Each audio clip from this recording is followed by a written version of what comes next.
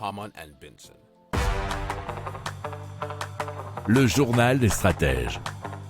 Allez, on parle du défi Mermoz. C'est l'association de Delair, de l'ISAE Supaéro, d'ICO et Pragma Industries qui se sont donc associés pour mettre au point un drone à hydrogène liquide. Et c'est dans le cadre d'un défi qui est baptisé Défi Mermoz. Alors ce produit industriel doit se conclure donc par la traversée de l'océan Atlantique sur la ligne commerciale de l'aérospatiale ouverte en mai 1930 donc par Jean Mermoz qui a relié le Sénégal au Brésil, ce qui fait à peu près 3500 km à parcourir en 30 heures de vol sans escale, nous dit la tribune.fr.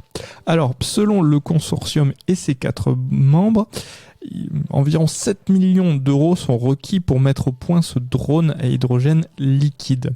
Le défi Mermoz a été revu et décomposé en 3 phases. Alors, la première consiste à mettre au point un drone à hydrogène gazeux.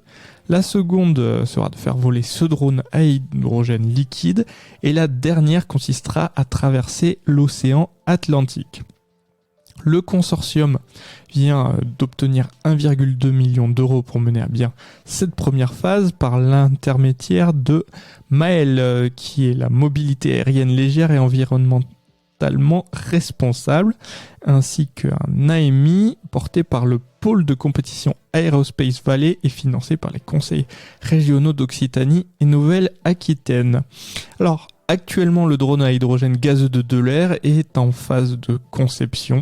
Il est même prévu que les systèmes de ventilation du futur engin partent en phase de test à la soufflerie de l'ISAE Supaéro début 2023, avant un premier vol dans le courant de l'année. Alors, Delair vend ses drones aujourd'hui, principalement pour les marchés liés à la défense, et on a un chiffre d'environ 60%. Si vous aimez cette revue de presse, vous pouvez vous abonner gratuitement à notre newsletter qui s'appelle La Lettre des Stratèges, LLDS, qui relate, et cela gratuitement, du lundi au vendredi, l'actualité économique, technologique, énergétique, mais aussi de l'hydrogène, et puis de tout ce qu'on trouvera super intéressant pour votre vie.